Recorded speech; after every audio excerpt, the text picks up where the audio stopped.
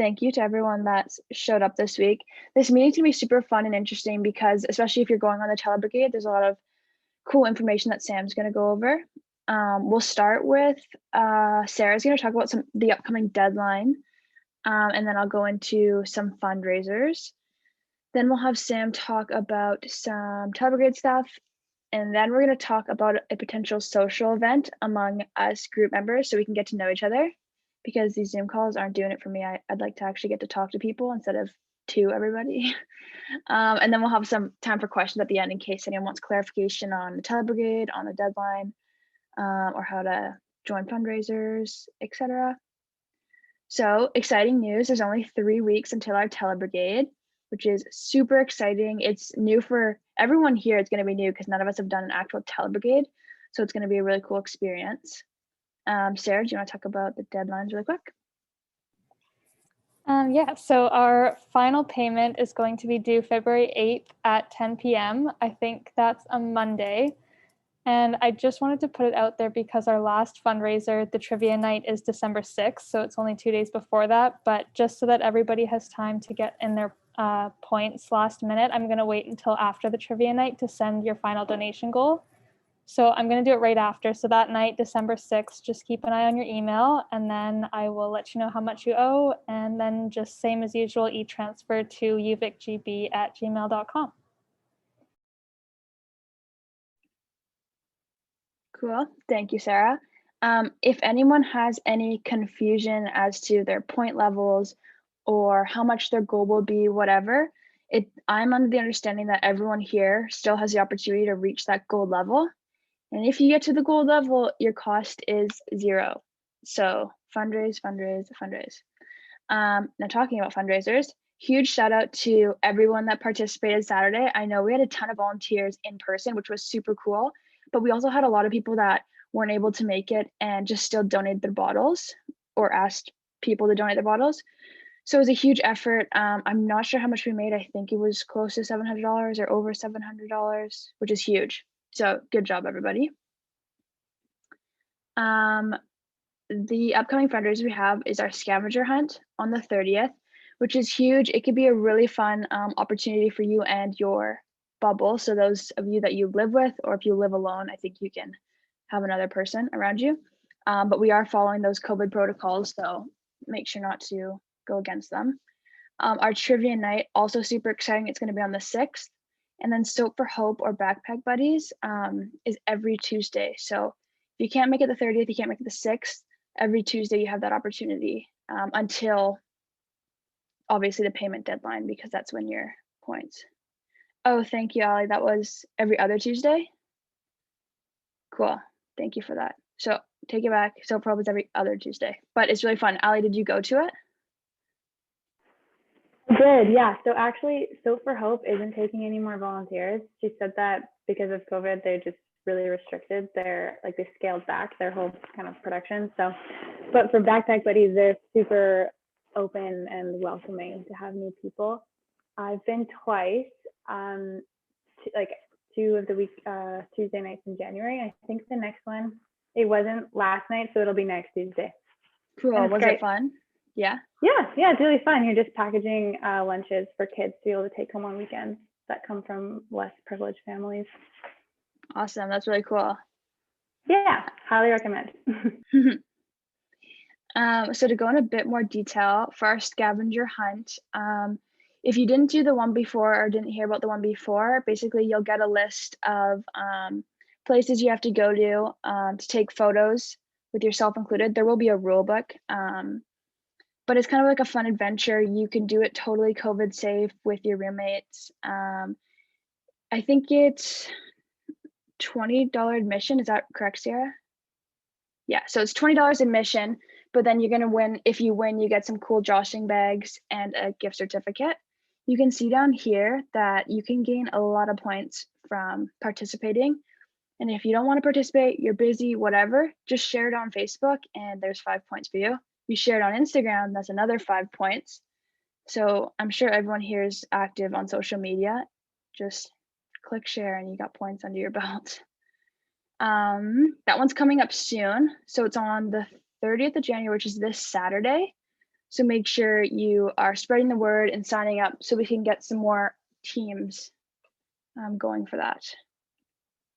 Our trivia night, which I'm also super excited about, is going to be on February 6th. The points down here you can see. If somebody wants to MC, there's 30 points for that. If there's multiple volunteers, I'm sure we'll find a way to figure out who gets to do it.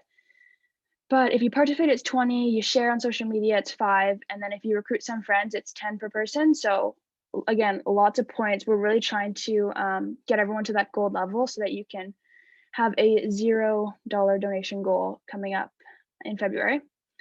The fun thing about this trivia night, unlike some other trivia nights that are super specific, it's general. So it's gonna have cool themes from Friends, from The Office, but it's not just one or the other. Like, I haven't watched The Office, don't blame me, but if it was an Office trivia night, you know, not everyone can go to it. So we tried to make it general to include everyone's preferences and really just try and get you guys out there because it'll be fun to get to know everybody a bit more through that event.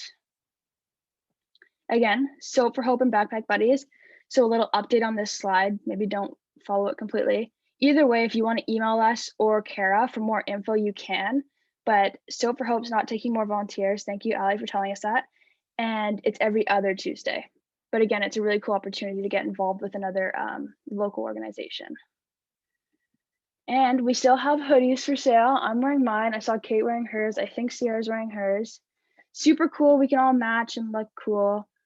There's only limited sizes left.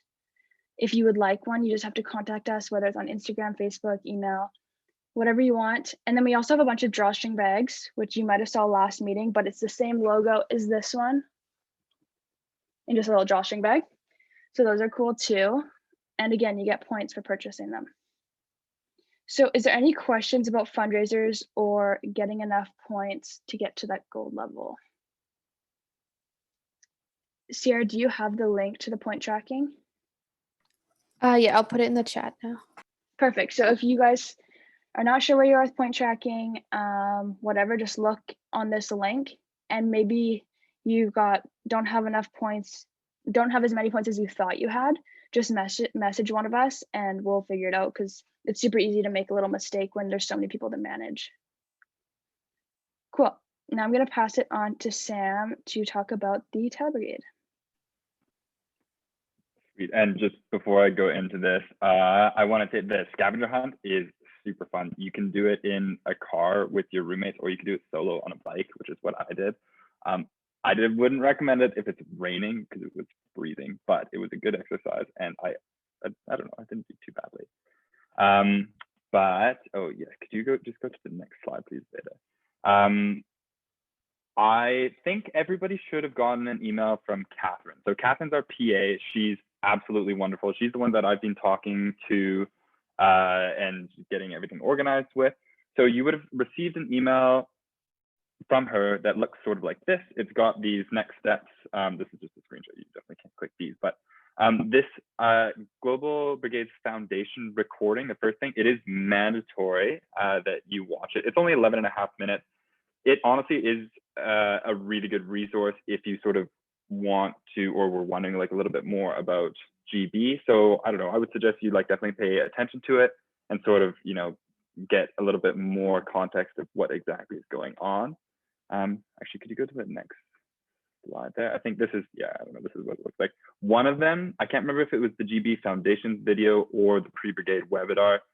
I wasn't able to open it for whatever reason. I had to like open it and then download it just from the link. So either way, watch both of them. The pre-Telebrigade webinar gives you most of the information that I've probably already told you, just going over how the Zoom links are going to work. So you're going to get a login and password for each one, except for the Urban Clinic. The Urban Clinic is live streamed, and we're going to be doing it with Google Meets, and they've got a whole pile of cool sort of like little add-ons and stuff like that. But watch the pre-brigade webinar. It's super short, and it's going to give you a bunch of information about it. On the next slide, oh yes, so we will also, by the end of this week, I think, be getting the Telebrigade handbook. So this is basically going to give you like a detailed rundown of everything you need to know going into it. I'd recommend you download it, or you can print it out and you can have it alongside with you as we're going through the Telebrigade.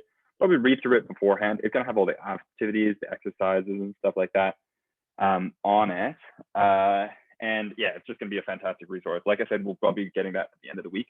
Also at the end of the week, super exciting. And actually, I don't think too many people know about this, but we will be doing a Charla education video. So Charla is super fun. It's a great station that's oriented around educating some of the kids that we work with in the communities on primarily hygiene, so like dental hygiene and hand washing and stuff like that. And then in the afternoons, it basically just turns into a roughhousing session, and it's super fun. You get to play with all the kids. Unfortunately, we won't be able to do that because we're all virtual. But what we are going to get to do is put together a video that we're going to present to the Charla station. So I don't know too many details about this yet because we're going to get again the information on Friday, I believe. But we'll get sort of our topic, and we can start probably at our next meeting brainstorming what we're going to be or how we're going to make this video happen. I presume it's probably going to be like each one of us is going to give like a little segment on a specific bit, but it's going to be really fun. I was talking to one of the girls from from Brandeis University who has already gone on the Telebrigade. They said it was awesome. They said it was actually like just super engaging, super fun. Also in the foundations, they talk a little bit about ethics and confidentiality. I know we're all old, mature, young adults now, but like this is it's a wonderful opportunity that we have to get to do this Telebrigade, but it is also a telehealth sort of medical ordeal, right? And everybody, including the physicians, the community health volunteers, the PAs, us as volunteers, has a mutual respect for one another, and that's going to be super important to keep in mind, like as we go through. Some of the ethics that are going to be outlined again in the foundation's videos, they just reflect some GB's guiding principles. So I've outlined a couple of them here, and on the next page, just a reminder mostly that this is a legitimate medical practice, and it requires legitimate confidentiality and ethics standards, the same way that we would have it in Canada.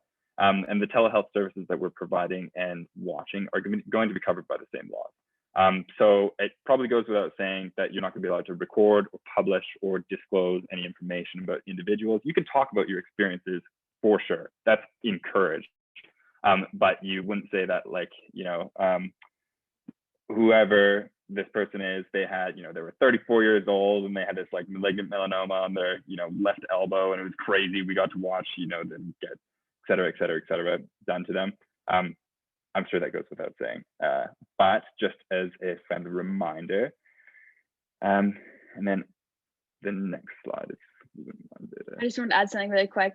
Oh, yeah. We will go over at the next meeting how to really talk about Go Brigades and how to talk about your experience. Because I know last year I was worried about posting something on social media or telling my friends about it because I wasn't sure what to say. So don't worry, we will go over that next meeting, which is super important. So be there. Perfect, thank you. So as I mentioned before, I had the opportunity to talk with Nisansa, who is medical president for Brandeis University, and they had already gone on their Telebrigade. We are a little bit more fortunate than them because their Telebrigade only had one urban clinic day and they didn't get to do the dermatology station. So we get two dermatology stations, we get two urban clinic days, dermatology station, and a vision station, which is going to be wicked. But basically theirs was 6 days. Ours, I believe, is 5. And I was asking her about sort of the consolidation of the days, how busy they are going to be. They are definitely going to be a little bit busy, but it's absolutely manageable. Most of the sort of like the seminars leading up to the urban clinic days are presentations by community health workers. We're going to get to see some wicked in-depth presentations by the physicians. I think it's going to be the same guys. I think it's Dr. Gladys and Dr. Rosario, but I'm not 100% sure. The biggest thing to keep in mind as we go through these sort of seminars leading up to and after the urban clinic days is engagement. I know you guys are all super used to going into classes that are online and Zoom. Zoom fatigue is a real thing. Everybody's aware of that. The people that are giving the presentations are aware of that. We're all aware of that. But this is an experience that you're only going to get probably once in this year, right? And hopefully you'll be able to do it next year. But really try and make an effort to stay engaged, ask questions. It'll make it's so much more exciting and what's the word I'm looking for? Anyway, it's gonna make it more exciting and engaging for everybody involved, and it'll make it a truly memorable experience. I want to talk a little bit about the Urban Clinic Days. Like I said, now we have 2. In those Urban Clinic Days, we're going to have the dermatology and the vision station. So on the in-person brigades, how it worked is we were broken up into small little groups, and you sort of cycle through stations. You do one station in the morning, one station in the afternoon. The Urban Clinic Days are going to be sort of similar. You're going to be broken up into groups that are sort of going to be like breakout room kind of equivalent. I'm not sure exactly how many people are going to be in them, but you'll be assigned to specific stations, and then you'll go through, maybe see a couple patients, and you go on to the next station, and you'll get to see every station that there is. Oh yeah, and this is better and more. That's just because we're doing the 2 days. So one of the complaints that the President Nisanta said was that they were kind of rushing through some of them because they only had this 1 day to get through all these stations, and it was a little bit but we're not going to have that problem because we're going to have the 2 days. So I was also asking her about some of the technologies that we're going to get to see. There's some stuff that I already told you about, like the otoscope. So that's got a camera on the end of it. Otoscope is this little black thing here that's going into this lady's ear. And so you're going to be able to see into the ear canal. There's going to be several other instruments like this. The guy's going to have a camera on it, and it's not just going to be, posted way up behind him, just watching the back of his head and seeing this patient. He's going to be, it's going to be dynamic. You're going to see into like the mouth with people in the throats using the laryngoscope, pharyngoscope. They're going to give us sort of like a breakdown and tutorial of a pulse oximeter, like how that's used in sort of a triage setting and stuff. And then speaking of triage, and actually, Alex, I think you were the one who asked if we're going to be speaking Spanish or not in the triage or in the sort of urban clinics. And I said that I'd get back to you, and I held to that promise. We will be getting opportunities to ask patients questions and stuff about their medical history. It is going to be in Spanish. They're not going to speak English at all. So what I would recommend, we're going to talk a little bit about the Spanish Cafe a little bit later. But we're going to post a handy link. Oh, sorry. We're going to post a handy link here to our website, which has the whole sort of triage Spanish rundown. It's got the English, Spanish, and then the sort of colloquial pronunciation, which is super helpful for people like me in specific. On the call that I was on earlier today, there was a guy who has put together this Telebrigade Spanish practice Quizlet as well. So it's got a ton of different things. You can quiz yourself on it if you like. They're just going to put both those in the chat there. So definitely recommend check those out. Duolingo, again, super easy, it's free, it's competitive. If that is sort of like what motivates you to learn things, highly recommend that. Sorry, I'm just looking at the. But yeah, so I mean, you don't have to be a fluent Spanish speaker. Trust me on that, because I am the opposite of a fluent Spanish speaker. But yeah, it's going to be a really cool opportunity to practice medical Spanish, practice medical terminology, get a little bit more of sort of a like dialogue with the patients that we're seeing and the doctors, and maybe you'll even learn some stuff along the way, hopefully as well. But yes, the self-paced activities as well.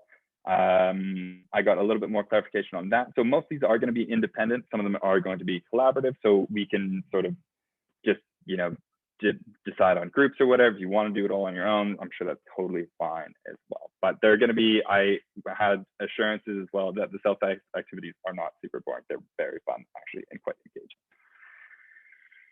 engaging. And if there's any questions at all along this point, please let me know. Oh, this is my favorite picture of Cole. A little bit about the impact. This is all this information on GB's site as well. So if you, weren't, I don't know, were distracted at any point on this and you didn't want to go back and look at the slides, you want to get it straight from the source, you can find all this information on the volunteer resources site on the Global Brigade's site.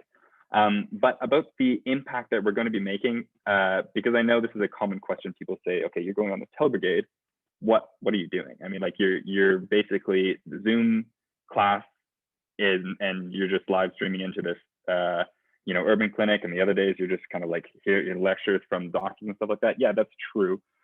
But like the funds that we provide and the empowerment that we provide is going to be making all these lists of difference here. And a huge thing that is new, and I think I have this on the next slide as well, so it's probably going to be a little bit of a double, but is the urban clinic. With this urban clinic, it provides an immense amount of access to critical health services and available medications for people who just can't afford it in Honduras. It takes a huge amount of patient capacity away from public hospitals.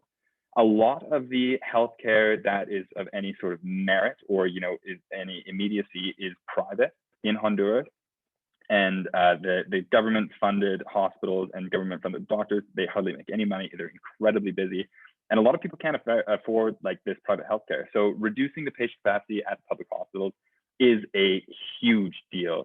We're also sending people into rural communities, which is incredible, especially at times like now where communities, of small communities of several hundred people might have COVID go through and just decimate the health over there. So the fact that we are empowering these doctors and enabling them to go in, provide the healthcare that's needed, evaluate and give affordable medication is huge.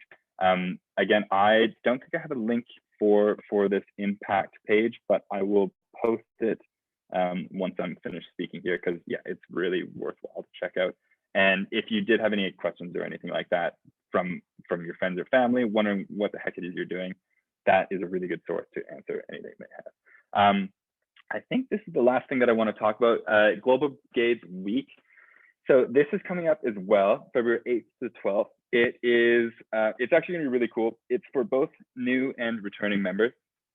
Excuse me. And if you really want to get hyped up for your Telebrigade, this is going to be an awesome way to do that. So they're going to have a couple days where they're just talking about, GB, celebrating the difference that Global Brigades has made internationally, talking about some of the up and coming changes that they're going to make to the program as a whole and the individual chapters.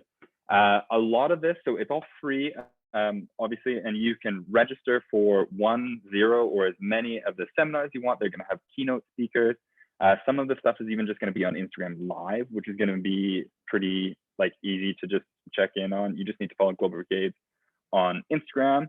And it's a good way. There's going to be small sort of breakout rooms to connect with different people from across the world, listening to physicians speak about their experiences with Global Brigades. And it's also a fantastic opportunity. One of the greatest things, in my opinion, about joining a club like Global Brigades is the potential to develop your leadership skills. Certainly in my position, I started out not knowing anything about the club, and throughout the years I've sort of gone into exec positions, and now I'm here as medical president. I can't think of another sort of opportunity like this that I would have gotten in my undergraduate degree to progress like that. If you're looking to develop your leadership skills and thanks Nick, and use this as sort of an opportunity for that, there's a ton of resources in this Global Brigades Week set of seminars that are going to help you to do that, or at least give you a little bit of guiding direction on that. I highly recommend checking it out. It's right before our Telebrigade as well. So if you're really looking to get in the mood, that's a great way to do it. But yeah, especially if you're looking at, getting into leadership positions in sort of the coming years, it's a great resource. I think that's all. Have I got another slide, Data? Is that? Nope, that's everything. Yeah, that's all for me. Thank you. Cool. Thanks, Sam. If anyone has questions about Telebrigades, you can either private message Sam, put it in the chat, or we will have some question time at the end. And we're almost through. I'm really excited to talk about a social event coming up. One big downfall about this year is not being able to have meetings in person, because that's how you obviously meet people and build connections. But even then, meetings can sometimes be intimidating. And so it was the social events that really brought us all together, especially the ones right before Brigade, and even meeting at the airport and things like that we are unfortunately missing out on. So I know I'm the face that always is talking, but I still don't feel like I know many of you. And so I really want to have a social event. I hope you guys do too. However, it will be virtually, so it'll be on Zoom. So I wanted to put us in some breakout rooms to kind of talk about what ideas you guys want. I came up with a few, but again, those are just ideas that I want to do, and I don't know if you guys would want that as well. So I want to hear everyone's input in some sort of interactive Zoom game we can play, or just like hang out and have a good time.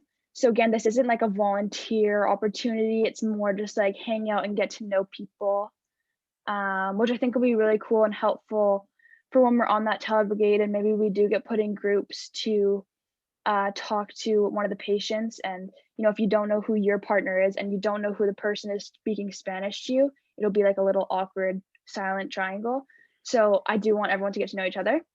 That being said, I'm going to put us in breakout rooms of like 3 or 4 people, and I want you guys to try and come up with some sort of activity over Zoom. You can Google some if you want. Maybe you've had some team bonding over Zoom. I don't know. Be creative. I'll give it like 3 or 4 minutes, and then we'll come back and share our ideas. I'm just going to create them right now.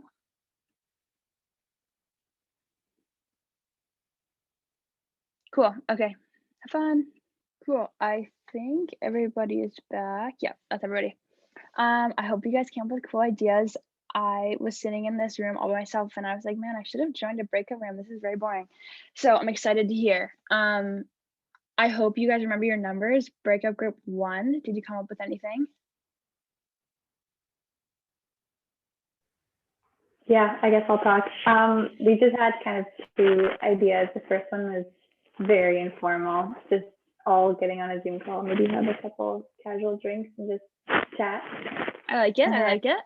Yeah, and the second one was Kate Lydia, Kate's idea. We were going to do, she was thinking a game. I can't remember what the game was called, but it was, something I think we would all take part in at the same time. Like a game that we like all being on Zoom and playing like Among Us or some other kind of. That's what it was. That's what it was game. called. It was called Among Us. Yeah. Or something else. Doesn't have to be. Oh, cool. Yeah.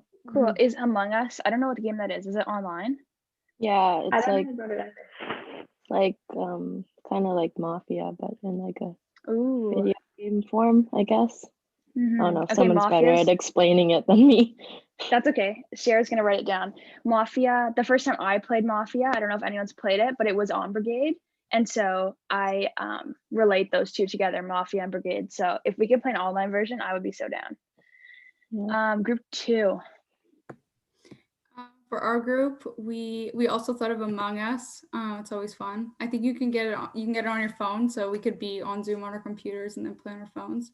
Perfect. We also had Nick suggested this site that I'm gonna send in the chat. It's like a guessing location game, and it looks kind of hard but pretty fun at the same time. And then we had another one I'm gonna send. We had Scriblio. I don't know if anybody's played that before, but it's kind of like a drawing guessing multiplayer game. You make a lobby with like a bunch of different people, and then somebody's drawing and you have to guess what they're drawing. Is it like Pictionary? Yeah, I think it's exactly like that.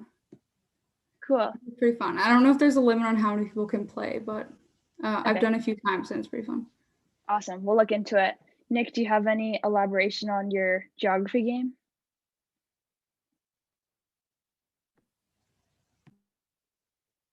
Okay, I'll take that as a no. I can't tell if you're muted or not. He said he can't speak because he has background noise, so I don't know. Maybe you can put something. Okay.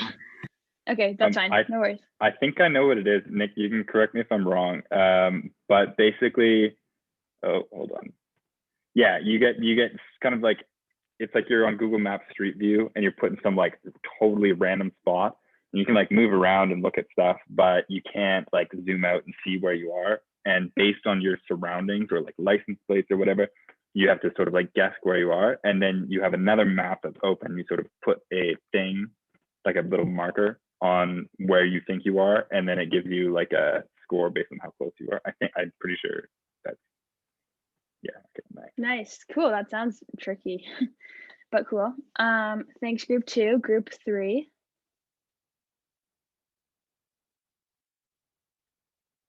That was my group. We thought of doing like actual Mafia, like not like a game version, but like possibly just over Zoom if we could Mhm. do that, or like charades if that's possible. That would be really fun. Yeah. Cool. Thanks, Sierra. Thank you, group 3 and group 4.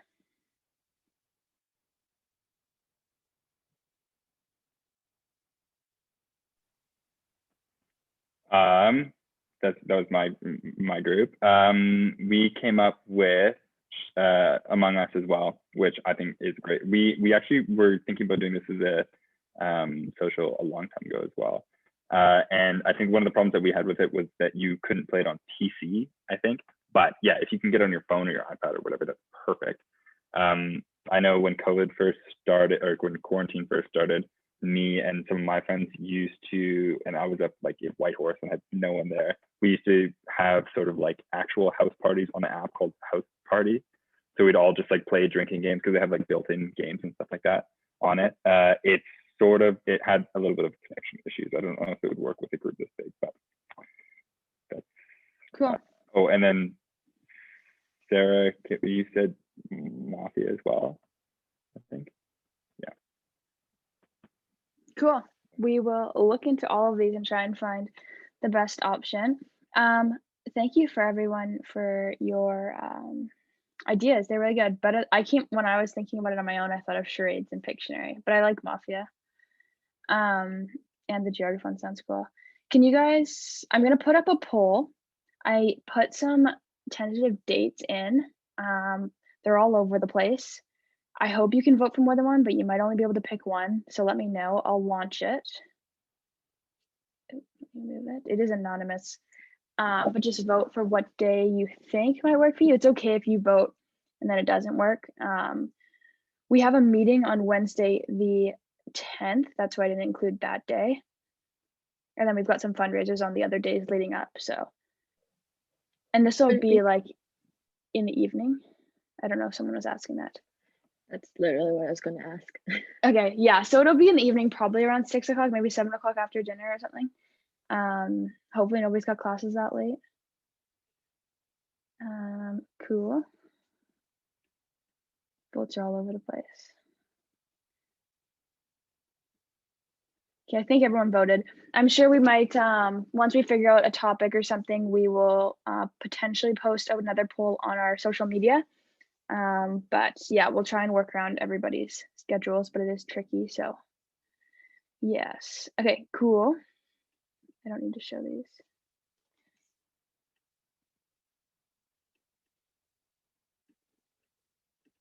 Okay, so last thing I wanted to talk about really quickly was the Spanish Cafe, which Sam mentioned 2 weeks ago. It's held by the UVic Spanish department, and whether you're beginner, intermediate, advanced, you can go on the respective days to speak Spanish, learn some things, and have assistance from the instructors. So that's an awesome resource. There's also Duolingo, which I went to Brigade last year, not knowing any Spanish. I kind of took it lightly. I was like, I don't need to know much. And then for about, I think like 4 months after the Brigade, I was on Duolingo every single day. And then some other things came up, so I stopped doing it. But Duolingo does help. It's fun, and you can be like competitive with your friends on it to get points and stuff and streaks. So definitely, it's just an app for your phone. So it's super convenient and easy to use. And then this link here, I don't know if I can copy and paste it from here. Oh, I don't think I can. But, oh, okay, well, there goes the slideshow. 1 second, guys. So it was just going to be a link to we've got some triage scripts from previous years. Okay, I don't know how to pull that up, but that was my last slide. We have some triage scripts. So like words you're going to use, like saying how to say hi, how to say, do you have diabetes, or like common medical questions like that. And so that one's super useful to look at. It will be in the meeting minutes. So feel free to click on that, or you can just go to our UVic website. I think it's like under volunteer resources, you'll find it. Yes, that's about Spanish. Take it from somebody who took it lightly last year. I didn't know anything. It was pretty embarrassing, but I managed. So if I have any advice, it's to try and learn something, at least hello, goodbye, maybe some bad words so you know not to say them. But yeah, does anyone have any questions? If not, I have nothing else. I'll send the meeting minutes out tomorrow or Friday, and they'll have all this information. This will be on YouTube if you want to rewatch it. Our next meeting is going to be, I believe, on February 10th. So not next week, but the following. And that's going to be the week before our Telebrigade. And there's going to be a lot of cool information in that one. We'll learn more about the Charla video. We'll have our notebooks and everything. So again, that'll be a big one to show up to.